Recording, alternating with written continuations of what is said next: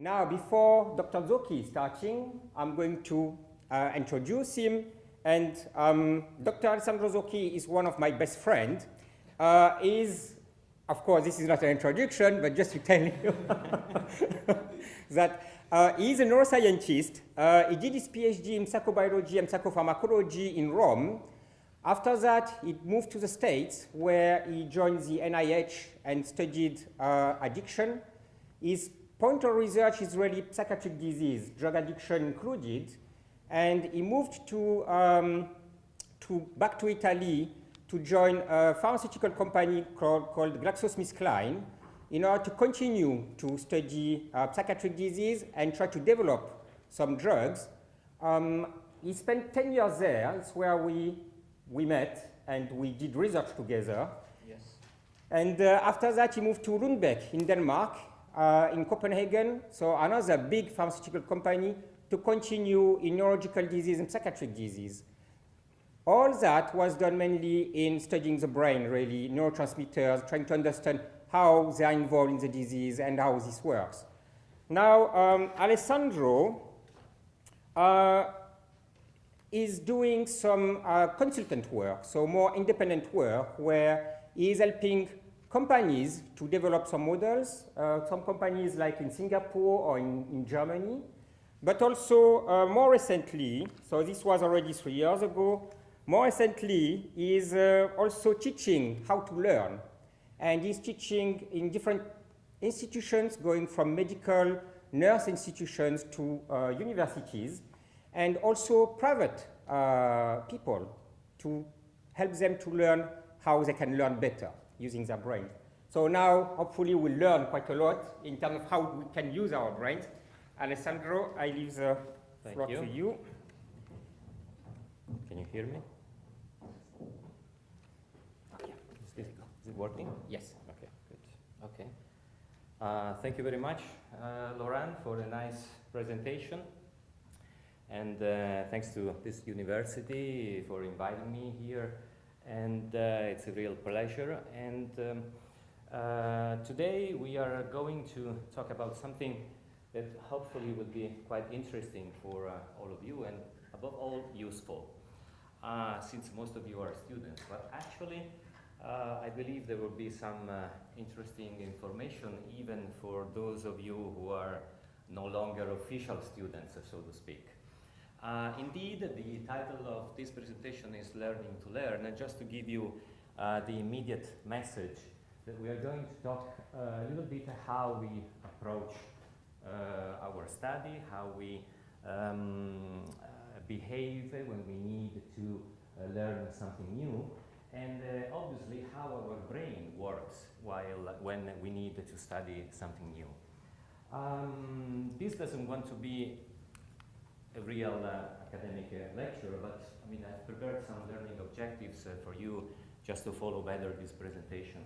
And I will introduce a little bit the educational neuroscience field of research, and then I will talk about how we think, and which is quite important when we need to learn something new.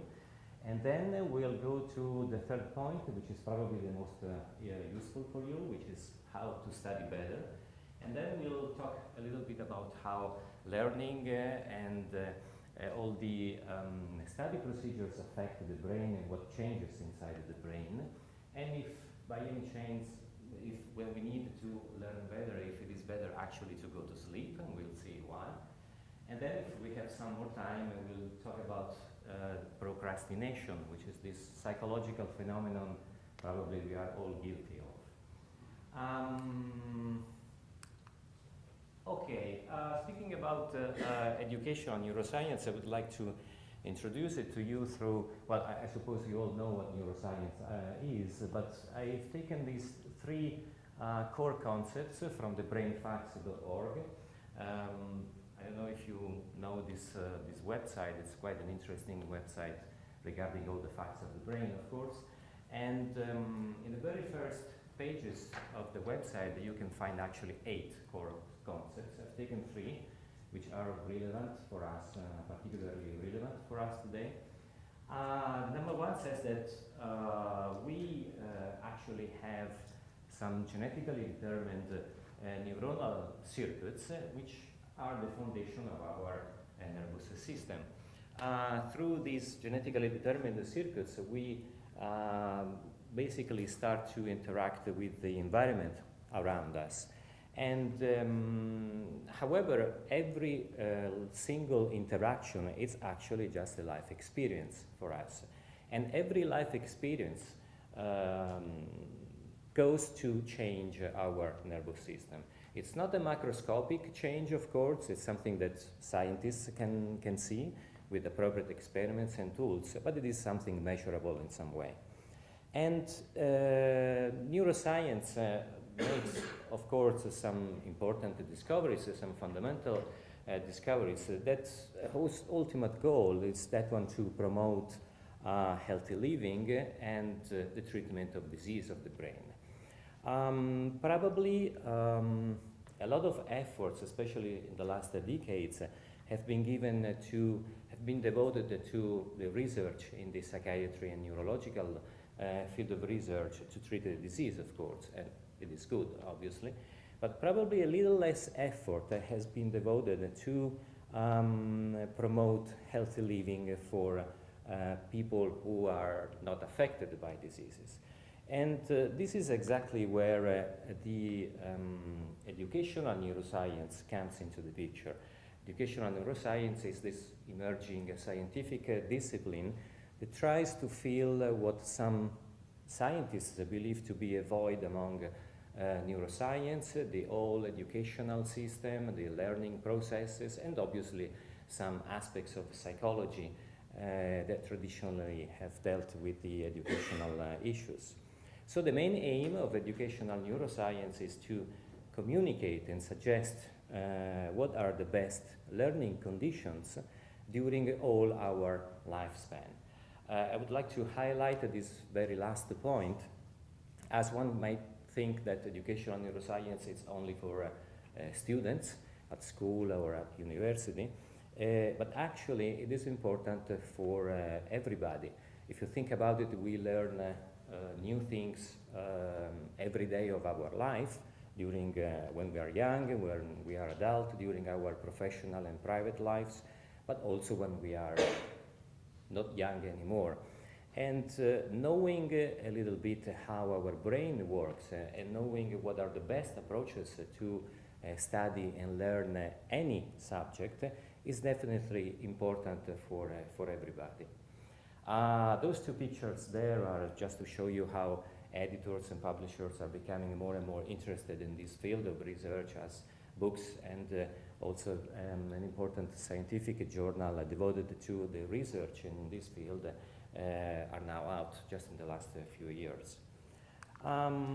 Just to give you, I think it is obvious therefore for most of you the importance of educational neuroscience. Just to give you a couple of other motivations to be curious about it, I would like to show you this graph that indicates the projected number of people that will be affected by Alzheimer's disease. This is an estimated projection in the US population, but unfortunately it is similar in other countries.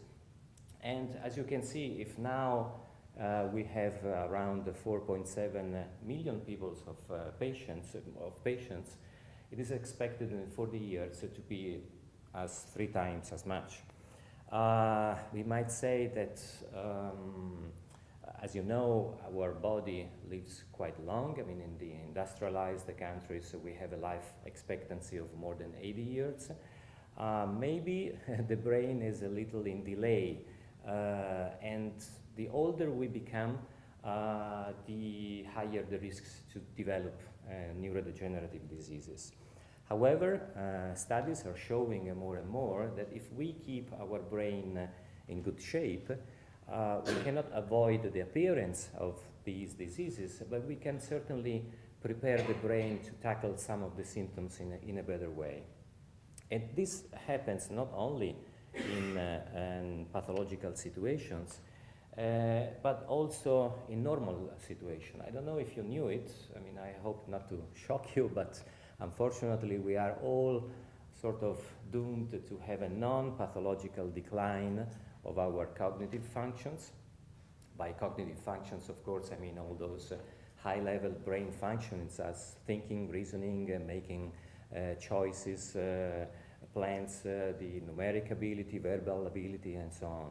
And if you see from this graph, this obviously on average, I mean there is a lot of variability, but on average we have a peak effect around 50 years of age. And by the way, I'm 52, so please take advantage of my peak effect.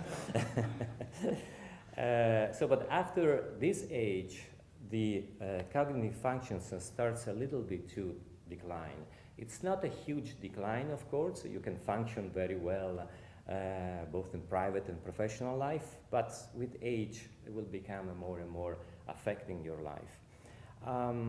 However, again, studies are showing more and more that if you are curious about life, about many subjects, if you know how to exploit in the best way your brain, and you are able to select and the right information for what you are needed, if you are having a lot of social, rewarding interactions, if you go to nature to observe it, if you exercise not only your body but also your mind and your brain, you will be able, again, not to stop this decline, but to, so to speak, move towards the right, all these curves, so that you can delay the major symptoms. So what is that we can do then? What are the best approaches, the best strategies to develop, so to speak, our brain? Well, therefore, we can start talking a little bit how we think. And in order to do this, I would like to test you. Oh, sorry. Oh, sorry. Okay, no problem at all. Okay, to test you with a very simple task. Well, you have already seen it, but I'll show you again this picture. And as soon as you see the picture, if you recognize the man there, if you remember his name, just say it loud. The important factor here is the speed of your reaction. Okay? So then I will tell you more about it. Are you ready? 3, 2, 1. Okay, louder. Very good, very good. Okay, so I think everybody knew him, I guess. Raise your hand who didn't know. Who didn't know? Excellent, very good.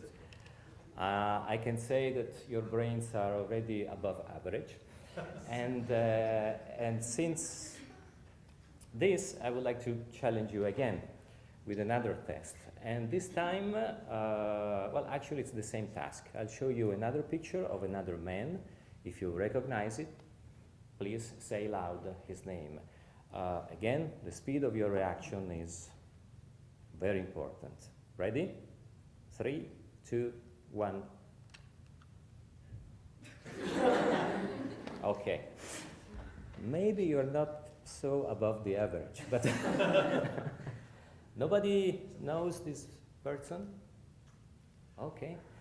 Actually, I have to say that his face is not as famous as Michael Jackson's face. Sorry? Very good. So his name is Daniel Kahneman. Nobody heard of him?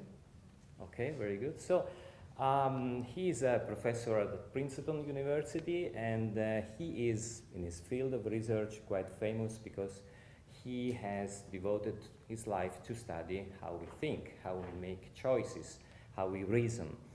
And actually for his work, he has won the Nobel Prize in 2002 in behavioral economics. Actually, behavioral economics was a field of research funded by some of his colleagues. Probably he himself was the main funder of behavioral economics. Among the many discoveries and he has performed, probably the most interesting for us today is the description of the two systems through which we think. And you just had a sort of a very simple example of these two systems. The first one that he called the system one is the one when you are challenging something really easy. I mean, obviously you didn't have to think or remember or make any special process to say Michael Jackson's name. His name just popped out of your brain. And I can give you another very simple example. For example, are you ready to tell me the result of this calculation? Okay, very good.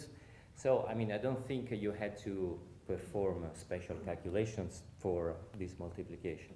The system 2 actually starts to be engaged in your brain when you are facing something unusual, something you don't know, when you're starting to learn something new. Attention starts to build up. You need to be extremely concentrated on the new data in front of you, trying to associate the new data with something you might have in the memory. Probably not finding anything, but you are concentrating more and more on the data. And another simple example is this one.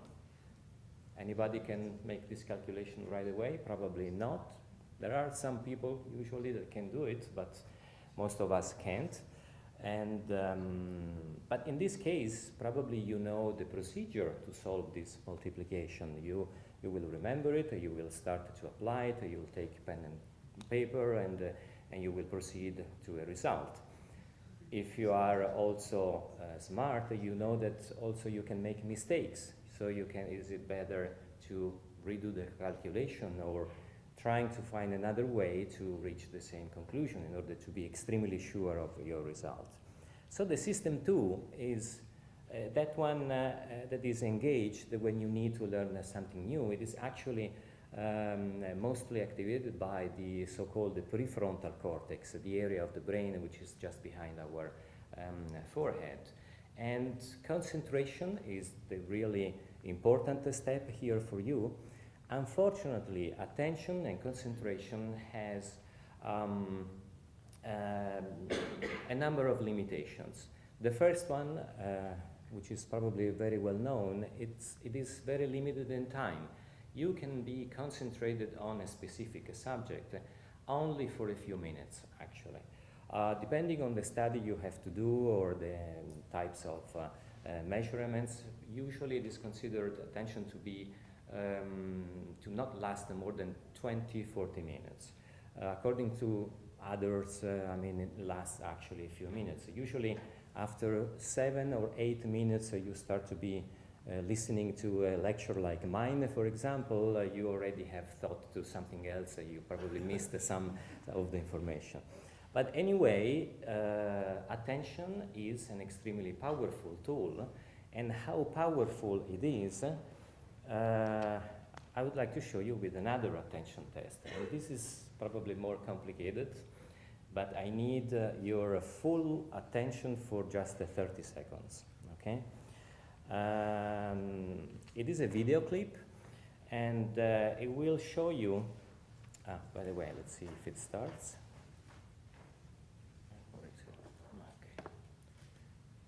Okay, it starts. It's a selective attention test from Simons and Chabris, and you will start to see a group of 6 boys and girls. 3 of them are wearing white shirts, and 3 of them are wearing black shirts.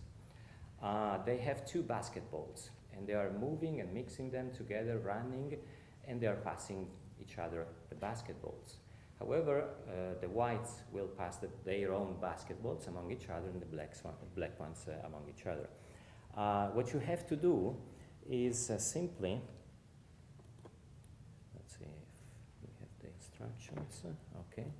Count how many times the players wearing white shirts are going to pass their own basketball. I have to say this video is actually on internet, and so maybe some of you have already seen it. So if you did, okay, please don't say the answer to your friends. And but anyway, even if you did, please take the test anyway, because you might be surprised of the results. Are you ready? So count the passes of the white ones.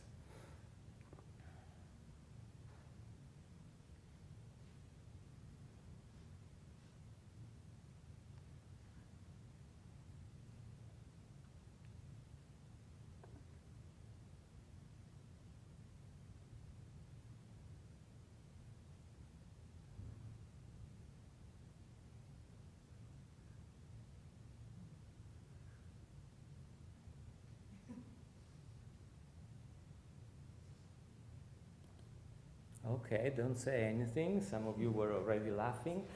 And so, since you are quite a number, can I ask you, just raise your hand who counted less than 12, let's say 12 passes? 13? 13? 14? 15? 1, 2, 3, 4, 5. Okay. 16?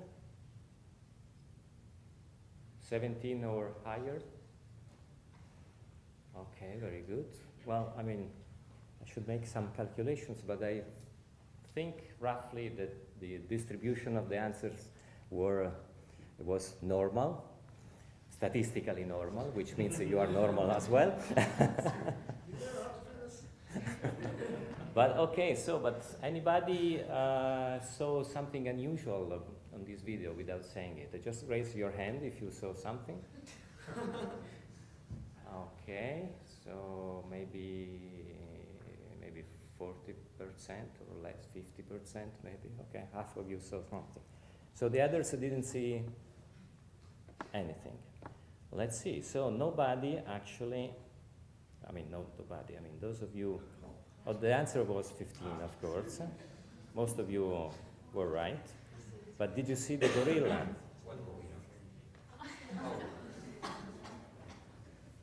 So as you can see, there was this gorilla passing by. That's the same video? Of course. Did you see the gorilla, Laurent? I counted 15, I didn't see the gorilla. Okay, very good. So you were right on one side at least. Yes. Excellent. So you have seen, we should do some statistics, but usually there is a tendency for those of you who counted the right number of passes not to see the gorilla because you were extremely focused on counting. And if you were not close to the right count, there are higher probabilities to see the gorilla. That doesn't mean anything. There is nothing wrong with you, don't worry. It actually might just indicate that you are a little bit more prone to be attentive to a broader picture in front of you, which not necessarily is a bad thing, because you might need to use peripheral information. But anyway, this video has shown you that attention is extremely powerful tool of yours to understand what is happening in front of you and to try to get the right answers and to make the right choices. If you are continuously distracted, you are going to increase your chances to miss information and to increase your risk to not getting not making the right choices. So if attention is short-lasting, but it is extremely important how we should use the time devoted to attention. And this comes this how to study better. And we have a number of strategies that have been evaluated, study strategies, study skills that are definitely much better to be utilized and applied when we study than others. Before going to the strategies themselves, I would like to briefly mention this study from John Hattie, who is a professor at the Melbourne University. He has written many research studies and a book which is called Visible Learning, where he analyzed the 138 factors that affect students' achievements. We cannot go through them, all of them, of course, but I would like just to highlight a couple of them which are maybe a little counterintuitive. I mean, among those having a minor influence, there are, for example, the number of students in a class. Usually it is believed that it is the opposite. I mean, the lower the number, the better, because maybe there are less distractions and better interactions with the teachers. But that is not always the case. And also, teacher training appear to be, presently, as a factor that has minor influence. I don't mean that teachers are useless, of course, but maybe they need to know better a number of variables that can affect the student achievements, and also to know what are the best strategies that students should apply in order also to build better lectures. And among the major influence factors, I would like to mention these two. Well, study strategies we'll talk in the next slide deeply, but then we also have the so-called metacognitive strategies. Behind this strange name, there is only your ability to start to self-analyze yourself when you study. There is an invitation, so to speak, to start to observe yourselves as you were scientists when you study, to analyze what are the procedures and see what are the results, and try to understand where are your mistakes and what you can do to change your habits in order to achieve better results. Knowing that actually you have all the potential to get better, whatever level you are in right now. And it's just a matter to take advantage of your mistakes, to observe them as excellent teaching tools, and to try to apply the best study strategies for yours. Obviously, we need to know what are the best study strategies. And here I cannot avoid to mention to you the work by John Danlonsky.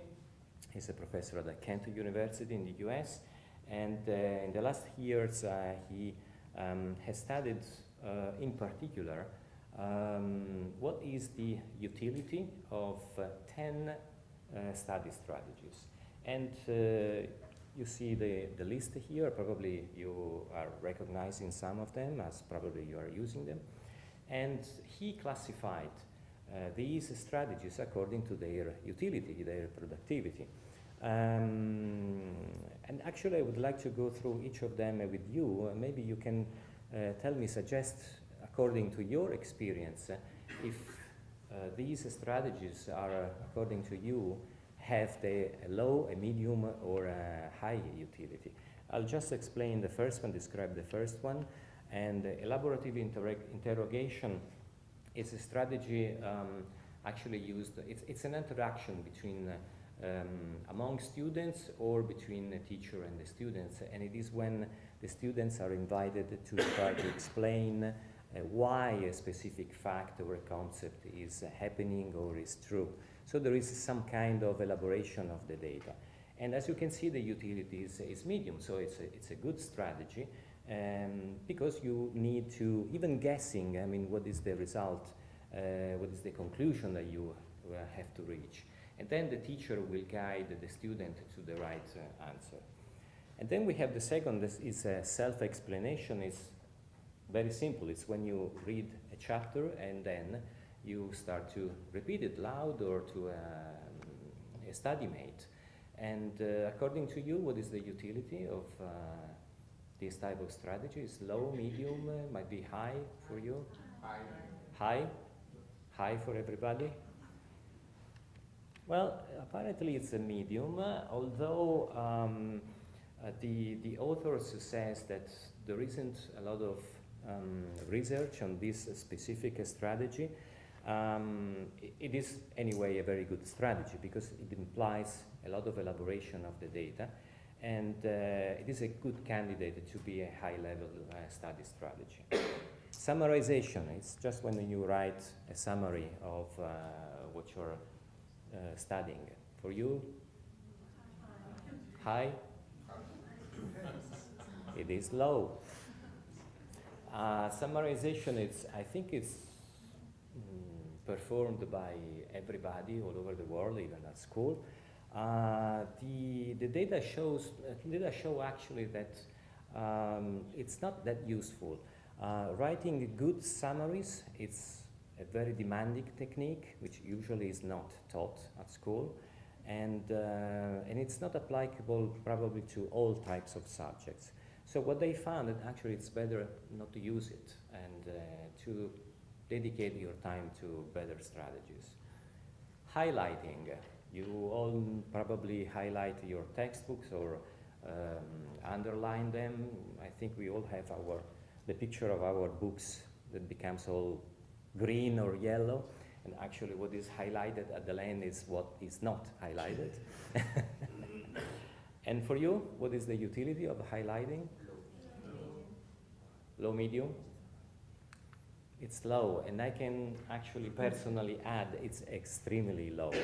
Actually, highlighting it's an example of what is called illusion of competence. It will make you believe that you are actually studying and memorizing and learning, but it's a too passive activity on the data you are studying.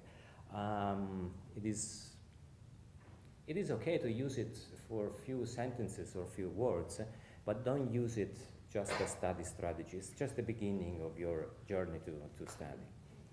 Keyword and mnemonic, and I would like to put it together with the imagery of text. It's, as you know, when you associate a specific concept to keywords or you make scenes in your mind. The utility for you? High, very good. It's both low. I know it's a little surprising, but this is what they found. It's too difficult. I mean, the student needs a lot of imagination and fantasy, and it's a special technique. It's not applicable to many subjects, actually. So it is good when, for example, one has to study a foreign language, but not for mathematics or for other type of studies. Rereading. Rereading, of course, it's not when you read a text, you don't understand it, and you reread it again to trying to understand it.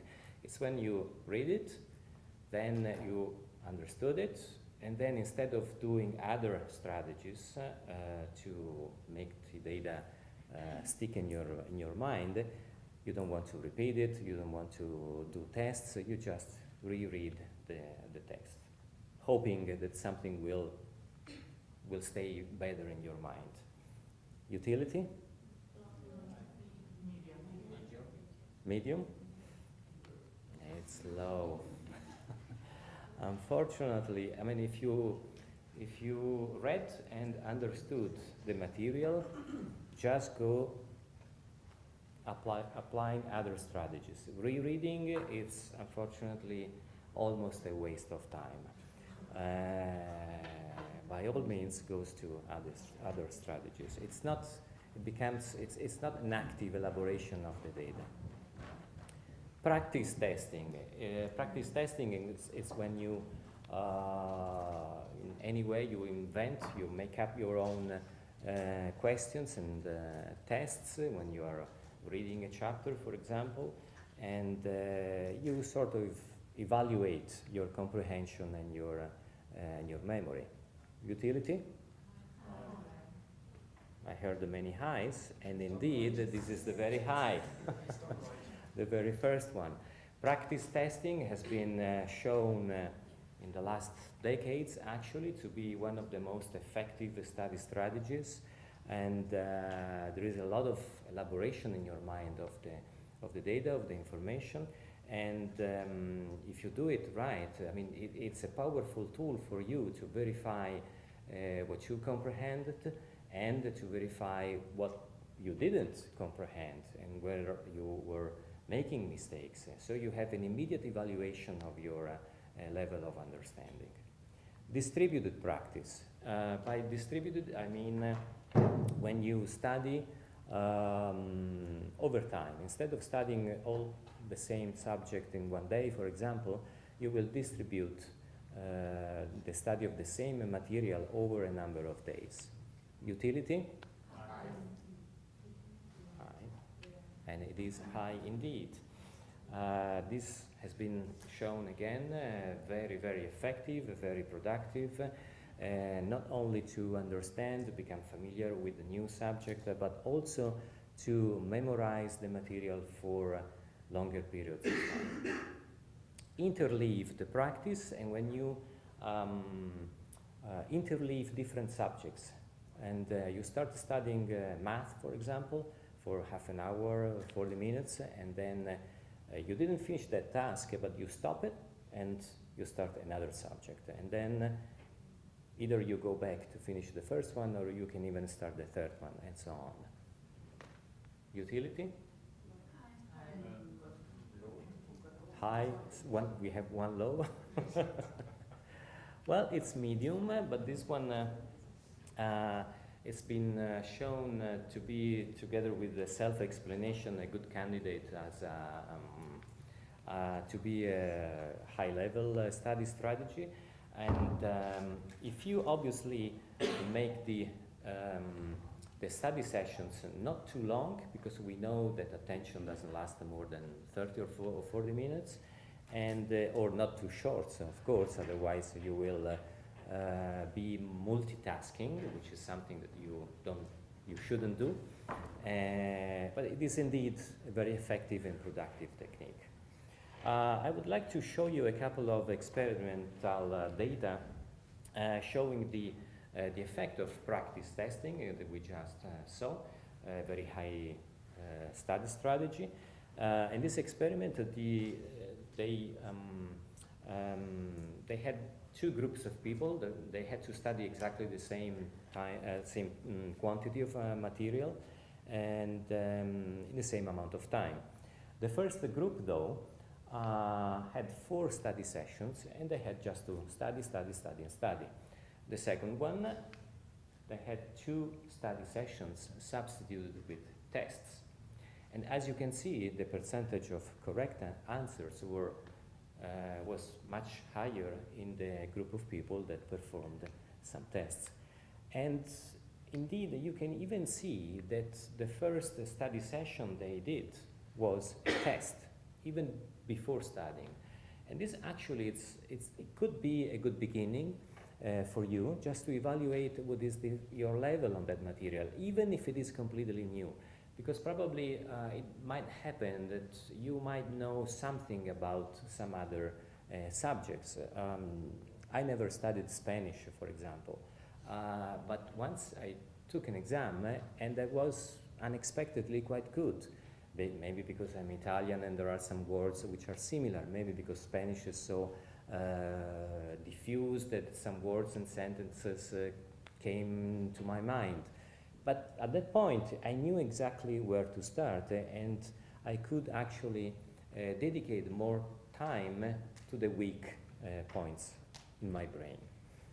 Another example of the results is regarding the distributed practice, as we said, which, by the way, as you may know, is the opposite of cramming. Cramming, and when you put everything together, when you study everything together in one day, maybe the day or the night before the exam, and which, as you can imagine, you shouldn't do it, although it's been proven to be all over the world a technique which is even encouraged by the students, and they suggest to do that among each other, because actually there is some success. I mean, you might be able to pass your exam with higher risks not to have high marks, and for sure not to have your memories stick in your brain for a long time.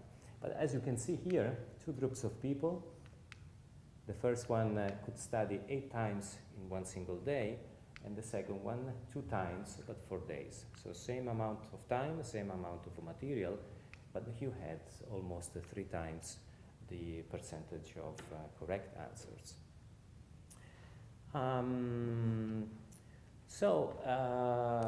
Going now to what happens in the brain when we have to learn something new. There are a number of implications here. Excuse me, I'll go back to this one. Yeah, okay. I mean, I suppose you know what neurons are, of course, and you know that they communicate through electrical and chemical signals at the level of the synapses. And I mean, the phenomenon which is mostly studied and related to memory formation is the long-term potentiation. Probably you have studied already in some way, but I mean, I was just to give you an idea. And what happens here is when you have an initial state of your synaptic mechanisms where you have neurotransmitters released in the synaptic cleft and captured by the receptors. And when you study and repeat the same material over a number of days, you will activate and overactivate the same circuits and the same synapses. And I mean, the process is quite complicated if you know already, but at the end, what you have is an increase of neurotransmitters levels to be ready to be released, and above all, there is an increase of the density of some specific receptors, so that your memories will be readier to be activated in your brain in this way. And what happens when you take breaks? I mentioned earlier that attention doesn't last more than 30-40 minutes. So usually you should stop studying after this time lag and take a break. And probably the best break that you can take is sleep. And why is that? Well, it's been known for centuries that sleeping increases memory in some way. And that's why, I mean, a lot of people says that it is better to study the 2 hours before going to sleep, and it is true actually. One of the reasons is that because probably it is favored the formation of synapses in specific branches of your neurons. This is an experiment performed in laboratory animals, of course, where they had to learn some motor skills. And on the picture above, you have the neuron before the training, and here you have the neuron after the training, 24 hours post-training. And the triangles here indicate the little new spines formed that the day before were not present, if you look carefully. So there are some new buds coming out here. Well, this phenomenon actually happened if the animals were allowed to sleep. But when the scientists went there and shaking the poor animals and not allowing them to sleep, the formation of the spines was extremely reduced, and they were not able to perform actually properly the behavior that they were supposed to learn. But not only. I don't know if you heard about the lymphatic system. Probably you know the lymphatic system, and you have these vessels around your body. I mean, they have different functions. Among them, it's the collection of wastes. And the lymphatic system is in all our body, in all our organs, but the brain. But a few years ago, Leaf and other collaborators found a special mechanism that is taking care of cleaning the brain in some way. Well, we can say, believe it or not, that when we sleep, our brain actually shrinks. And during this shrinking procedure, you have a widening of the spaces, which are called virtual Robin space, around the arteries and veins going inside your brain. And as you know, you have the brain which is immersed in the cerebrospinal fluid. During this process, the cerebrospinal fluid can flow inside the spaces much better, can drain, percolate through the brain tissue, collect all the wastes, and then go out through the spaces in the vein. If you don't sleep, this process is extremely reduced, and probably this is one of the reasons why after a sleep-deprived night you will not be able to be at your peak performance with your brain. As you may know, the The effects of sleep deprivation can be quite affecting your life, your brain, and your body. If it is one night of sleep deprivation, it's okay, although it has been proven that you need a few days to fully recover from its effects. If it becomes a repeated procedure or even a chronic one for pathological reasons or for chosen lifestyles, it can become indeed a big problem, not only for your brain, but in the long run, even for many other organs of your body. Okay, I think we are almost done. Well, I would like to finish talking about procrastination. And as you know, procrastination is the practice of putting off urgent and important tasks, but that you don't like, you don't want to do it for different reasons, and you prefer to carry out something more pleasurable, of course. And we are all guilty of it, and although there are people who are chronic procrastinators and they have their life extremely affected by it. However, if you feel like you are going through this procrastination phenomenon, I can give you a special technique to try to fight it. Anybody have ever heard about the Pomodoro technique? I'm sorry, it's an Italian technique, but I have nothing to do with it.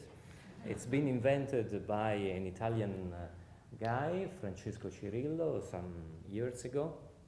Pomodoro in Italian means tomato, if you don't know. And it comes from the shape of the kitchen timer that he started to use. And it's a very simple but very effective psychological technique. And the inventor of this technique actually has built a huge business, and he goes around the world teaching this technique. So actually you might consider to invite him if you want. But it is basically formed by, you have to follow 4 points. Number 1, you have to choose the task. Number 2, you take your timer, any shape of course, and it doesn't have to be a tomato one. Set the timer for 25 minutes and then start to work until the timer rings, and then take a short break. The important things to follow actually are these. I mean, well, every four Pomodoros, as he called it, study sessions, you can take a longer break. You can also use a digital timer if you want, although the inventor suggests to use a mechanical one because there is a motor action and you have an object on your desk which is ticking and it will remind you to be concentrated. But the important thing is that you need to immerse yourself in the task with the highest concentration possible. Choose a place where no distractions are available. The airplane mode of your smartphone is your best friend. You don't have to be disturbed by it. No distraction whatsoever. You might wonder why 25 minutes? Well, you already know that attention doesn't last more than that. And probably 25 minutes doesn't scare anybody.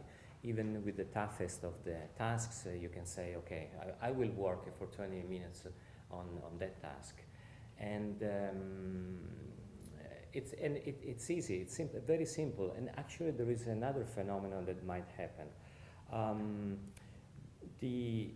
When you start to work on a subject, even a very difficult one, when your timer will ring, you will see that you will have difficulties stopping working. This is at least what happens, and I've seen it many times, because 25 minutes is really a short time, but you enter in a flow of your attention and you will have difficulties stopping. And what it is suggested that you will have to force yourself to stop and take a break. Taking a break is extremely important. You have to detach yourself from the computer, the book, whatever. Go have a coffee, chat with a friend, or do whatever you think it is best for you to do in a few minutes, and then you can start again another 25-minute session. It has been proven by thousands of people to be extremely effective. study short times, very often, and with a kitchen timer if you want. Okay, that's it. I would like to just suggest a couple of books for you if you are interested. Brain Rules by John Medina. It's a beautiful book, 12 chapters. Each chapter is a rule of your brain to follow. A Mind for Numbers is an even, it's probably the best book here. I mean, I put also mine. I mean, this one is mine, but it's only in Italian. I'm sorry, but it will be out as a Kindle one next month. But I mean, I cannot advise you since you are not Italian, unless you are studying Italian. I don't know. But this one here is phenomenal. It is by Barbara Oakley, and Barbara Oakley actually has done a MOOC, as you know, the massive open online courses on the Coursera platform. She teaches a fantastic course on learning how to learn. And it is actually the most followed course in all MOOCs platforms. Another MOOC which is worth following is the Science of Everyday Thinking on edX. Beautiful course, very long. It is 4 months long, but it's really exceptional. Not only on how to study, but in general on how we think. And there are also a lot of interviews to Daniel Kahneman, the Nobel Prize that now you know very well. And I would like to leave you actually with this consideration. I don't want an answer on this question. I mean, just for you to think about it. If, in your opinion, which is the true sentences, the true sentence between these two? The first one says that it is possible to change and become experts in any field. And the second one says that everybody has his or her own talent, and it is always better to follow it.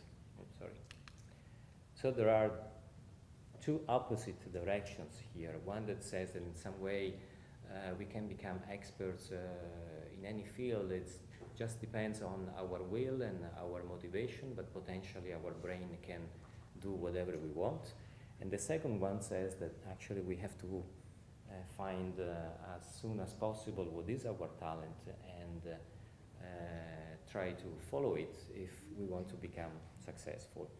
I'm not giving you the answer. I will leave you with these statements just for you to think about in the next days or months or in the next years of your life. But I guess you have an idea now. And that's it. That's my name, my email, and my website, which is in Italian again, because I work mostly in Italian, but there is a section actually to know more where there are a lot of links and books and interesting information. Most of them are in English, so you can have a look at it. And that's it. Thank you very much.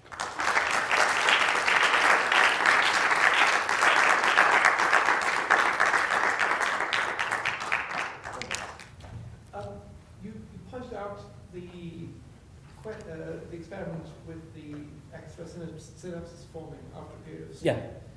Yeah. But you were also saying that artificial sleep deprivation was used in that experiment.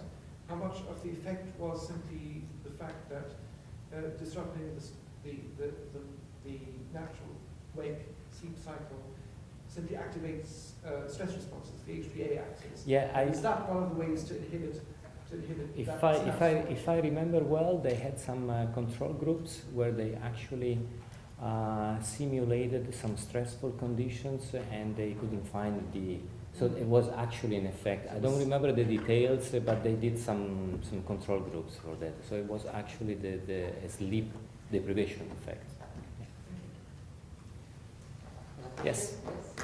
What's the reasonable amount of breaks taken after studying 25 minutes? I'm sorry, I can't hear you. What's the reasonable amount of time to take A break? when you study after 25 minutes? Okay, for the Pomodoro technique application, so to speak, or in general. Well, I mean, it's just a few minutes, 5, 10 minutes, 15 minutes at most, and then you start again. And I mean, if you make longer breaks, you will forget what you are studying, and you will lose concentration. you have to be in the mood to study anyway that day.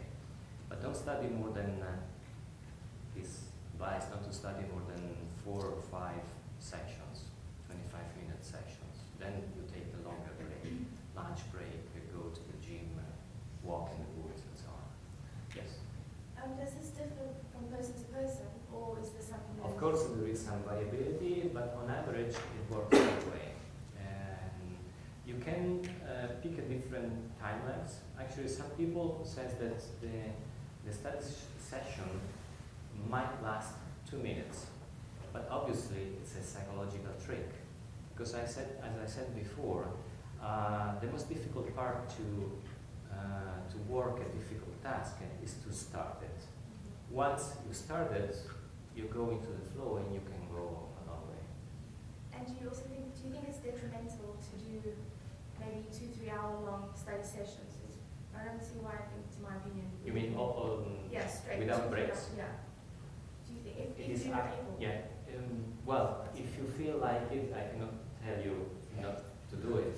Yeah, do you think it's detrimental to But if I can only invite you to experiment, do some metacognition, analyze yourself, start to see, try to see what is the best solution for you.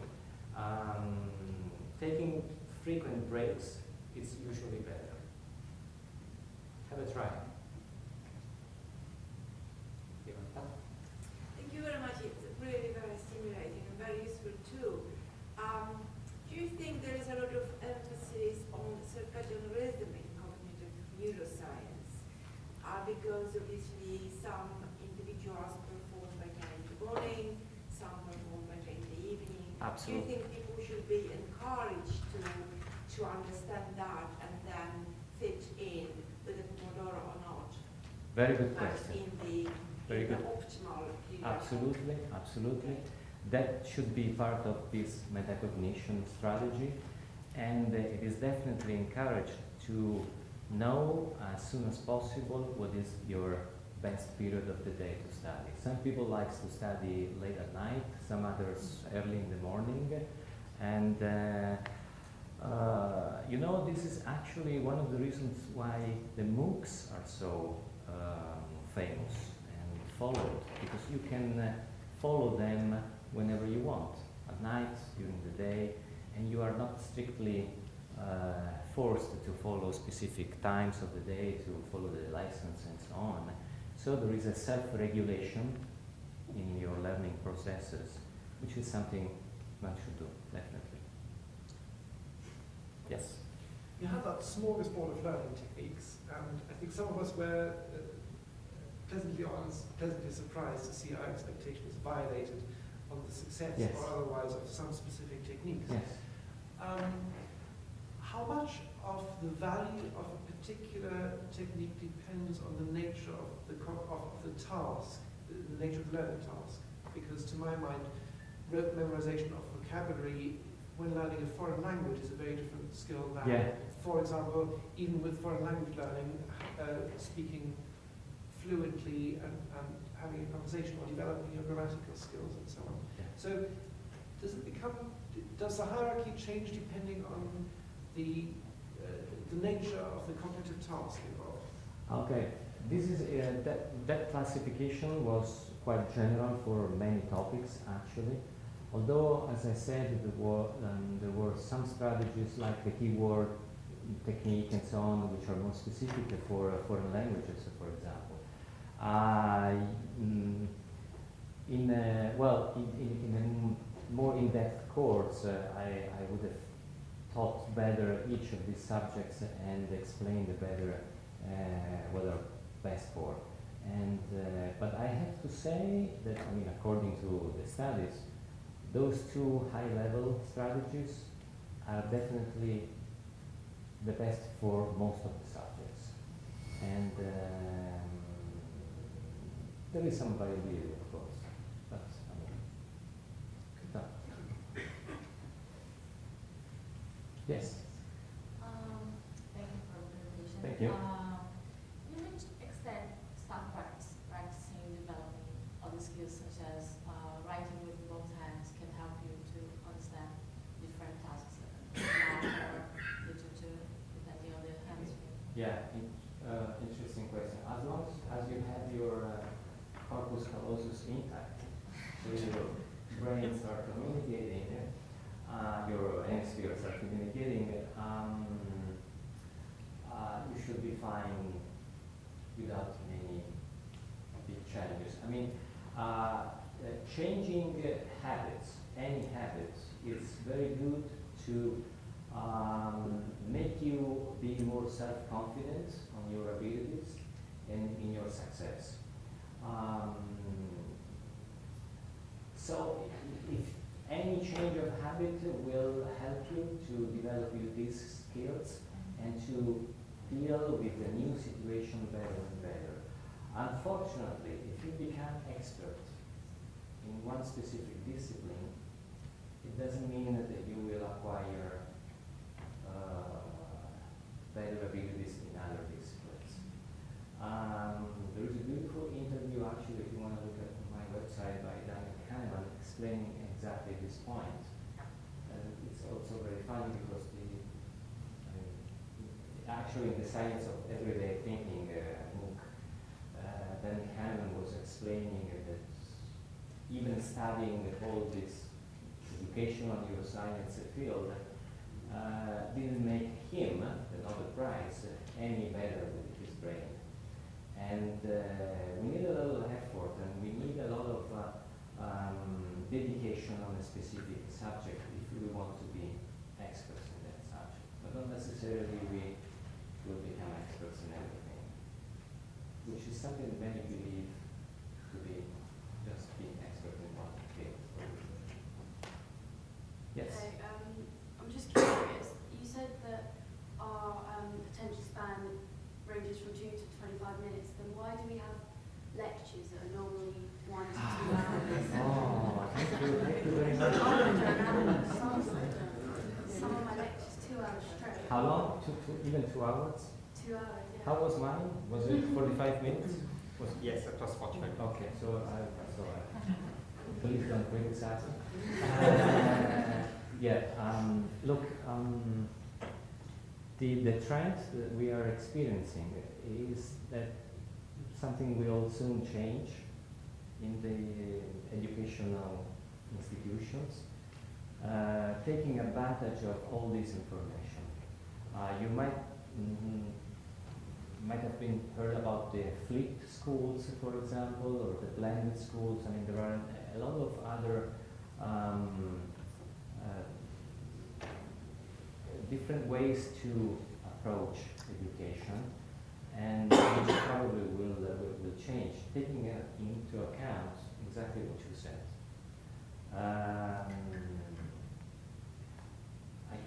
I don't feel like criticizing. No, you I cannot criticize. Since I'm here, I cannot. No, But your point was I think very. Alessandro was right. I have heard already lots of talk about it, and I think the higher levels are aware of that this is potentially a problem and should be changed. And at least there should be breaks in between, but ideally maybe there should also be a change. Okay, so she works here, so she's fine. Thank you. You're welcome. If there is no more question, I would have one. Please. Just based on my experience, and I was students in the olden days, so you might do the same, but when I was studying with music around. It was a little bit to have background noise, but also because it was a music that I liked, so I don't know if the context was important or not. How is this distracting in the studying? Well, can I ask you, was it music with people singing? It With didn't words? matter. It was It didn't music matter. only or with singing, yes. Okay. But it was always the same, meaning that maybe The same song? same songs, yes, same artists, same songs. We are going into the psychiatry side. Okay, so I worked We are in- very good friends, so I allow myself to show. No, exactly. The background noise is perfect. It's actually one of the techniques advised and suggested to do, especially if you are studying in a noisy environment. So if you are potentially distracted by something, use a background noise. If you're using a computer or smartphone and so on, there are beautiful apps actually. There is one which is called noisely.com, It gives you a lot of background noise to keep in your ears, and it will concentrate you even more. Music is not the best one, actually, in general, unless it's very soft music and without words, because words will attract your attention. I have to say that nowadays, you all use iPods and smartphones, and especially women have always earplugs and listening to music, and the difference between the brains between women and men, it's another lecture maybe in the future. And since they are born with this kind of background noise, it looks like it's not affecting them too much. They're so used to it, which is fine. Although the studies show that you shouldn't have any distraction. Music can be fine, but to one point. Okay, there is no more questions, then thank you very much. Thank you.